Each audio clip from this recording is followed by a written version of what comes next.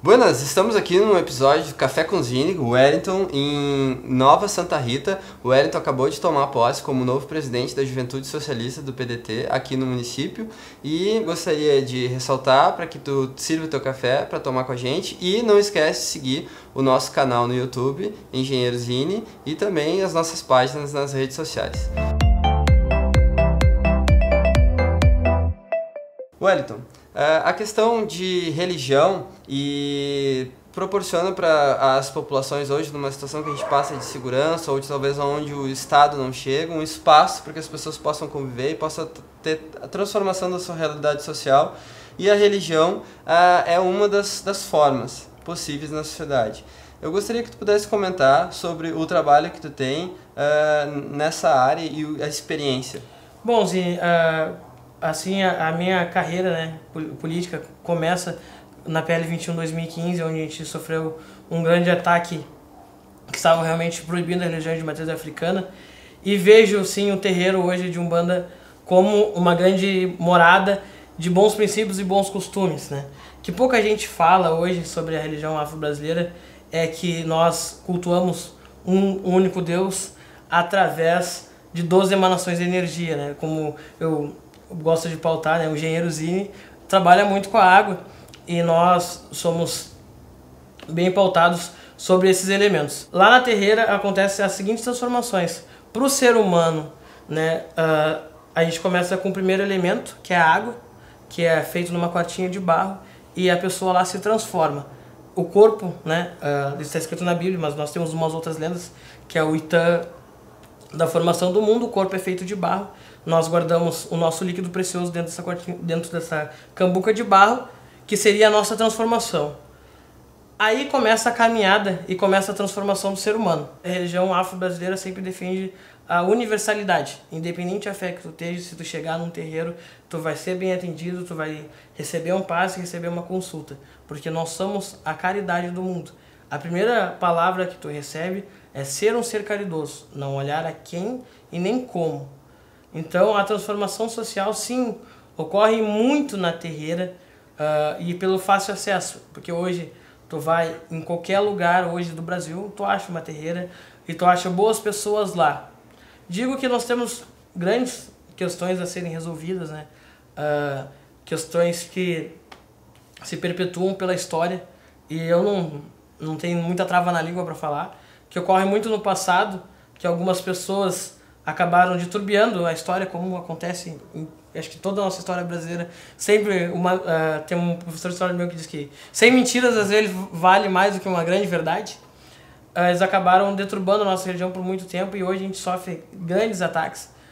Inclusive aqui no meu município está no código de postura que é proibido ter terreiro de matriz africana, sendo que é uma coisa inconstitucional. Nós somos garantidos na Constituição, no artigo 5, que nós temos o Brasil é um Estado laico, e a gente recebe um grande ataque. Até agradeço o vereador que colocou para retirar isso. Nós sofremos um grande ataque também na PL 21 2015, que chegou, e o Superior Tribunal, que a gente teve que lutar lá em Brasília, que se tornou um assunto nacional, e quase que a gente perdeu o direito de ter a nossa liturgia, né? Porque a religião afro-brasileira é feita por liturgia, por isso que é muito difícil se manter o costume, pelo fato que a religião ela é passada oralmente. É diferente que tu ter um estudo. Tu precisa ter uma pessoa muito velha, né? Que a gente chama o idoso, a gente chama ele de um grande museu, né? Enquanto ele está vivo, o museu está em pé.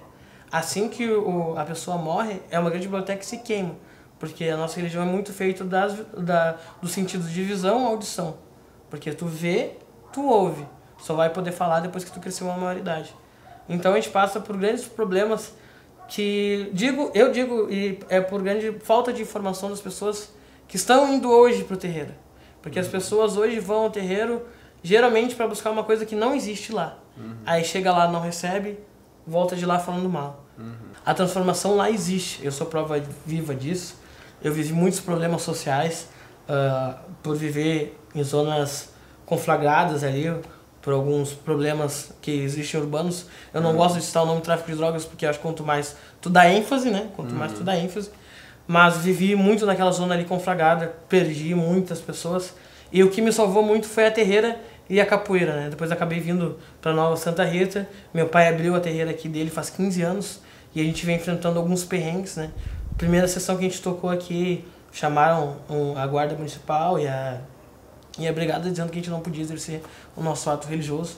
Inclusive, meu pai chegou ao fato de a gente ter que chamar a Polícia Federal para retirar as pessoas dali, para retirar o processo. Então foi uma coisa que a gente passou muito perrengue na cidade. Mas hoje a gente conseguiu mostrar porque a gente fez um trabalho inverso. Em vez de fazer o trabalho de denunciar e bater de frente, não. A gente pegou, meu pai simplesmente orientou nós, filhos, que a gente fosse às escolas e começasse a orientar através da educação. O povo não sabe, então vamos educá-los. Eu queria te fazer uma pergunta, Wellington. Aproveitando o link que tu comenta, né, que a gente vive num país onde a Constituição Federal garante, como Estado laico, por meio do artigo 5º, que tu possa manifestar as diversas formas de crença e devem ser respeitadas. Mas o Brasil, em termos de números, historicamente, majoritariamente, sempre foi mais católico. Sim. E a gente vive um momento em que, pelo fato de talvez onde o Estado não chegou, a religião chegou e ocupou esse espaço que talvez o Estado deixou de certa forma carente, e a população foi tendo essas demandas atendidas por meio da religião, e a gente vê muito a questão evangélica e inclusive já talvez indo para a política, ocupando, que a gente tem hoje uma das maiores bancadas evangélicas. E por ser de terreiros, de religião de matriz africana, e a gente também vive num contexto de um país que infelizmente é muito... tem muito preconceito, né? Tem um racismo histórico impregnado também, que é muito triste para a nossa realidade. Mas como vocês se deparam com essas coisas entranhadas? Nessa pauta sobre o racismo de credo, né? Ocorreu 2 fatos comigo e eu vou deixar bem sincero. Às vezes, o evangélico, ele não chega nem perto. A tolerância religiosa que a gente recebe maior são de pessoas que não cultuam nenhuma religião. Eles veem algum despacho na rua ou veem algum batuqueiro fazendo alguma coisa, eles denunciam, eles falam mal. E isso é uma coisa que eu sofri um preconceito de credo. Eu estava lá tocando meu tambor, porque eu sou alabê, né? Que eu faço a instrumentalização. E chegou uma pessoa, simplesmente atravessou o carro e disse que não poderia ter aquele ritual ali. E na hora, eu saiu chamando a brigada, E, inclusive, ele acabou assinando um BO pro racismo de credo. Porque ele se deu tão mal, porque o brigadiano, ele não era de religião nenhuma, mas ele fazia direito. E ele entendeu, pelo seu poder de polícia, que o indivíduo estava fazendo racismo de credo, ele não estava exercendo o direito dele. Então tu vê que às vezes é só uma falta de intolerância. E eu digo que a intolerância é muito falta de informação. Porque, tipo assim, eu não culpo nenhum pai de santo da antiga por ter feito isso. Porque antigamente, se fosse falar da religião de matriz africana, Deus o livre, né? Tu acabava tomando um cala-boca, até mesmo dos próprios membros, porque se tinha vergonha antes de ser batuqueiro. Se tinha muita vergonha. O meu pai, hoje, ele não bota na ficha de serviço dele que ele é de religião afro-brasileira. Ele já perdeu o emprego por conta disso, por descobrir que ele é de religião afro-brasileira. O Juliano Canedo, que é um religioso ali de Canoas, ele faz um trabalho em Porto Alegre, que é o Batuque na Esquina Democrática. Ele canta os pontos e conta os itãs. Os itãs são as lendas dos orixás. Então ele vai lá, canta uma reza do orixá e fala o que aquilo significa. E isso está tendo um trabalho enorme. A nossa primeira manifestação foi na PL 21 2015, que é onde a gente decidiu, em congresso, a gente acampou na Redenção. Foi mais de 150 terreiras, tinha mais de 20 mil pessoas, a gente fez um congresso enorme entre todas as federações e decidimos dali pra frente que deu. Chega, a partir de hoje a gente vai levantar as armas, a gente vai realmente exercer o nosso ato de ser religioso. Então a gente pediu que algumas coisas fossem abertas, porque tem algumas coisas que, tipo assim, como é transmitido oralmente, é transmitido só para membro. Porque assim como é na igreja católica, tem coisas que só o padre sabe. Tem coisas que só o coroinha sabe. Então dentro da religião afro-brasileira também se encontra isso. Inclusive, para quem acha que tem gente que diz, vocês são todos organizados, que é uma bagunça, é só uma barulhada. Não. Dentro de uma casa de religião existem cargos. Existem o pai de santo, a chefe da cozinha, o responsável pelos antepassados, o ogã ou o alabê, dependendo da cultura e da onde se vem a sua tradição africana, né?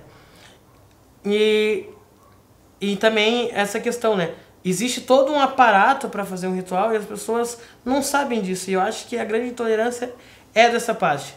Outra coisa que eu falo muito, né? Como a gente começou a se organizar há pouco tempo, é normal que a gente não tenha ainda poucos representantes, né? Então, sobre a questão que tu falaste da política, né? De ter cargos políticos, de eles já ter... Porque eles começaram a se organizar politicamente mais cedo. A gente não dava bola para a política até então que a política começou a, de novo, bater na gente, né? Inclusive tem figuras notórias, Carlinhos Brau, uma grande pessoa, ele veio a Porto Alegre, né? Inclusive, povo gaúcho, né? Se hoje vocês têm um mercado público, existiu um Jerônimo de Ornelas, ele trouxe um batuqueiro da República de Costa de Marfim e outro da Nigéria de Congo para fazer o que ele chamava de magia para perpetuar o mercado público. Tem uma fala tua também, Wellington, que ela é transmitida oralmente, e aí quando tu tem um mais sábio, que tem mais experiência e chega a virar óbito, é como se aquilo se perde, uma livraria que queima. Foi bastante forte essa tua fala. Mas hoje em 2020, com a questão de tecnologia que a gente tem, a questão de redes sociais e a facilidade de tu poder gravar um vídeo, vocês utilizam as redes sociais? A gente utiliza. O que acontece? Tu tocou num ponto que eu sou bastante contra, por quê? Existe um Itã, uma lenda do Exu Sete Sombra, né? Que ele é... a religião se mantém no segredo. Então, tipo assim, eu sou contra filmar ritual religioso, qualquer um. Porque eu acho que o momento que a pessoa está ali professando a fé, ela está no momento pessoal. Tu tá indo ali buscar uma ajuda, tu tá indo ali querendo resolver o seu problema, então eu sou contra, porque às vezes tu tá filmando alguma coisa, vamos lá, vou te dar um exemplo. Tu tá com um problema, vamos supor, com a tua esposa, e tu vai lá numa terreira, daí tu tá numa festa e alguém vai e te filma e tu não queria aparecer. Eu acho isso errado. Primeiro porque a gente vai estar faltando respeito com a tua pessoa, a gente vai estar faltando respeito com a lenda, né?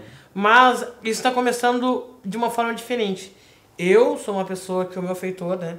O meu babalá, ou a gente chama de orientador, ele autorizou que eu fizesse alguns trabalhos em PowerPoint e deixasse isso numa nuvem gravado com senha, né? Para arquivar mesmo, né? Por essa questão, por ser transmitido tudo oral, eu pedi para ele e ele realmente aceitou. Então nós estamos evoluindo de uma certa forma, mas é que a gente quer manter aquele respeito que se foi manter, porque o negro escravo lá atrás, a gente é muito tradicionalista nessa parte, ele não tinha toda essa questão de informação, ele não tinha tudo isso, né? Hoje nós temos, mas vamos deixar aquele segredo guardado de uma forma branda. A gente não precisa estar expondo nada, até porque a nossa religião ela é bem tribal. E isso assusta as pessoas, né? Vamos supor uma seguinte situação. Tu foi criado numa casa onde tudo que tu tem na tua mesa é leite, pão, tudo. Tu nunca viu a origem de nada. Tu simplesmente viu os bichinhos na TV, por onde vai. Aí tu com 6 anos tá indo pra tua creche e tem lá um cabrito morto. Tu vai gravar aquela cena na tua cabeça, a criança vai gravar. Agora tu pega eu, Wellington, fui criado no terreiro, né? Vi aquilo acontecer, sei como aquilo acontece, sei que aquilo ali é um alimento que foi, infelizmente, foi feito de forma errada, mas sei porque foi feito. É uma cultura bem diferente uma da outra, concorda comigo? Tipo assim, aquela criança vai gravar aquilo. Eu vi aquilo, vai virar um bicho-papão para aquilo o resto da vida. E ela vai sair falando mal porque ela viu aquilo. Mas eu, que estive acostumado com a informação, não. Porque aquilo é natural. Então eu acho que isso tem que ser combatido dessa forma, né? Com educação. Educar a pessoa a conhecer o próximo. Claro que não é correto. Afirmo e digo, galinha é feito para alimentar o povo e o animal é feito para alimentar o povo. Isso é bem certo. Todo animal sacrificado dentro da religião afro-brasileira, ele é obrigatório a ser distribuído ou numa casa de caridade ou os próprios filhos se alimentarem da carne. Porque a gente acredita numa energia vital da natureza. Se tu elimina uma vida da energia natural, tu tem que se alimentar dela, tem que se energizar dela. Como foi essa situação que no movimento, principalmente das pessoas que defendem a causa animal e versus essa questão da religião que tem o culto, o significado do abate, enfim, como vocês lidaram com isso? Primeiramente houve um embate muito forte, assim, sabe, porque geralmente quando um lado fala A e o outro fala B, ninguém quer escutar ninguém, né? Uhum. Primeiro, a gente bateu bem forte que abate animal existe, agora estão batendo mais de 100 touros, com certeza para alimentar a população. Uhum. Então a gente começou a bater nessas teclas, pô, por que o frigorífico? Então o frigorífico vai ter que parar. O agricultor lá da pequena ruralidade que alimenta os filhos também vai ter que parar, porque ele abate da mesma forma que nós. A gente se alimenta daquilo, a gente não joga fora. O que acontece? Tem pessoas que fazem, sim, tá errado. Na minha visão religiosa tá, mas talvez, como eu te disse que teve aquela questão histórica, que as pessoas pegavam, ficavam 2 dias no terreiro, saíam dali dizendo que eram grandes mestres, não aprenderam nada. Então, na visão dele, vale. E isso é que tu falaste, tipo assim, é tradição oral. Então eu não posso dizer que tá errado porque ele ouviu aquela verdade. Então é uma questão bem complicada de se lidar, às vezes até pra nós. Wellington, eu queria aproveitar e conversar a respeito de educação. Nós, como trabalhistas, temos uma das principais bandeiras, a educação pública e de qualidade, né? E a gente se depara aqui no Rio Grande do Sul com as mais de 900 mil matrículas, além de todo o contexto de reforma administrativa do governo Eduardo Leite, em que tem toda essa desvalorização dos nossos professores, principalmente aqueles que dedicaram uma vida, que já estão aposentados, que agora estão recebendo um impacto bem forte na sua remuneração nessa fase já, depois que eles dedicaram toda uma carreira para o Estado, né? E isso tem consequências também para os jovens, né? Quando a gente avalia pesquisas, a maior parte dos jovens, o que está pensando ali no ensino médio é em poder ter uma oportunidade de trabalho para poder ter uma fonte de renda e complementar a renda, e nisso a questão dos estudos fica em segundo plano. Sim. Então o que tu tem para falar sobre essa problemática e também sobre o que está acontecendo aqui em Nova Santa Rita? Eu vou falar assim, eu acho que hoje a escola não se tornou mais atrativa, porque eu estudei num tempo aqui em Nova Santa Rita que tinha um projeto Mais Educação. Eu recebia um plus a mais por estar dedicado à escola, por estar ali, os alunos recebiam isso. Eu tinha um colégio de ensino integral. A gente podia optar em fazer capoeira, a gente podia optar em fazer taekwondo, a gente podia optar em fazer teatro. A escola fornecia isso. Ela fomentava no jovem aquele plus a mais, um gosto a mais. Hoje, infelizmente, por conta de várias coisas, a escola não está mais tão atrativa. E eu sou um cara, eu digo que eu sou um cara bem... tem algumas diversidades da minha ideia. E eu creio que às vezes, até mesmo o professor, por sofrer represálias, acaba se tornando um estresse até para ele mesmo estar dentro da sala de aula.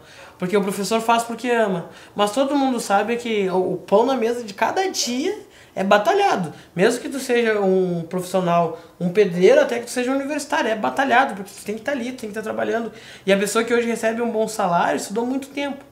Né? Tu mesmo é um engenheiro químico do estado, quanto tempo tu ficou estudando para receber finalmente um bom salário? Quanto tempo tu peleou na faculdade ali, ou vivendo em república, ou vivendo de aluguel com as pessoas, para tu ter um bom salário hoje? Então, da escola pública, eu acho que ela se tornou não atrativa para as pessoas. O ensino se tornou uma coisa muito bater na mesma tecla, sabe? Eu quero ser professor de história, eu quero dar aula de história, porque eu acho que a história, tu consegue construir um caráter através dela, porque sem histórias não somos ninguém, né? Eu queria aproveitar para fechar e já conectando também com essa pauta da educação, e que eu acho que a gente tem em comum nas nossas biografias, o esporte também sempre fez parte da minha vida. Muito. E eu me lembro quando eu estava ali no ensino, desde o ensino fundamental, às vezes eu ficava jogando bola horas depois que acabava a aula, junto com os amigos da escola, enfim. E depois, quando no final do ensino fundamental para o ensino médio, começam a entrar em times que tinham campeonatos, a gente concorria pelo estado. Eu sempre tinha, lá em Canela era Olimpec, né? Então tu concorria em diversas modalidades de diversos esportes, e aquilo para mim dava sentido, assim. Uma das aulas que eu mais esperava ansioso era da educação física. e eu acredito que junto com a educação, o esporte também muda as realidades, né? Como tu comentou, da tua história, do ambiente talvez onde tu cresceu, talvez todas as violências que tu deva ter visualizado ao longo da tua história, assim como talvez a vulnerabilidade de onde eu vim, e por meio da educação e esporte a gente poder ter perspectivas de mudar a realidade, né? Uma educação libertadora com essência. O que teria para falar a respeito do esporte junto com a educação? Assim, eu sou realmente um projeto desse, né? Eu fui vice-campeão em Nova Hartz e vice-campeão também na Copa Garras em Capão da Canoa, defendendo o esporte, né? Aqui em Nova Santa Rita existe um projeto chamado Dragões Guerreiros, qual que eu faço parte, que é um projeto social que vai lá mesmo, vai onde está a ferida, a gente vai nos pontos críticos da cidade, a gente vai lá e busca o jovem de lá, né? Mas sobre essa questão eu vejo que falta muito incentivo. Porque hoje, eu vou dar um exemplo, eu fui taekwondista durante 8 anos. Vou contar rápido, 8 anos. Eu nunca tive um incentivo de ninguém a competir. Eu sempre foi aquela questão dos Dragões Guerreiros, vamos lutar pelo projeto e ter bem pouca ajuda. Eu acho que deveria ter mais leis. Existe uma lei federal, qual eu não me lembro o nome agora, que dá uma bolsa, acho que é Bolsa Atleta o nome, pro adolescente que estuda e fomenta algum esporte. Eu acho que o acesso deveria ser mais fácil. E nós temos muita gente boa em vários lados do esporte. Muito. Tipo assim, aqui no Rio Grande do Sul, inclusive, você não sabe, a seleção brasileira de taekwondo é treinado pelo mestre que reside em Porto Alegre, que é o mestre Ceboli. Então, tipo assim, deveria ter um incentivo maior, né? Bem maior, porque, tipo, tira muita gente. A gente salva muita gente. Perspectiva enorme. Eu sou um caso desse. A gente tem mais ou menos 20 pessoas ali que foi o primeiro escopo do projeto. Hoje, esse projeto que era custeado, que era Dragões Guerreiros, Amigos do Esporte, que era custeado pela prefeitura, hoje ele já não é mais. Quem acabou abonando esse projeto foi uma confraria de empresários, né, que tem uma sede aqui no centro e que dá espaço e vez para o nosso projeto. Então tu vê que a falta de incentivo é uma coisa muito grande, assim. Mas a gente ainda consegue ter vitórias, porque esses empresários realmente abraçaram a causa. Porque senão, se a gente dependesse daquele projeto público ali, social, a gente já estaria mais a nada. Perfeito. Bom, eu queria agradecer muito pela tu ter topado de a gente poder gravar o Café com Zine e deixar a mensagem para relembrar quem está tomando café e assistindo o nosso Café com Zine, de seguir as nossas páginas nas redes sociais e o nosso canal no YouTube, Engenheiro Zine. Muito obrigado, Wellington. Muito obrigado, Zine. Obrigado pela oportunidade. Vamos comer, que eu tô morrendo de fome.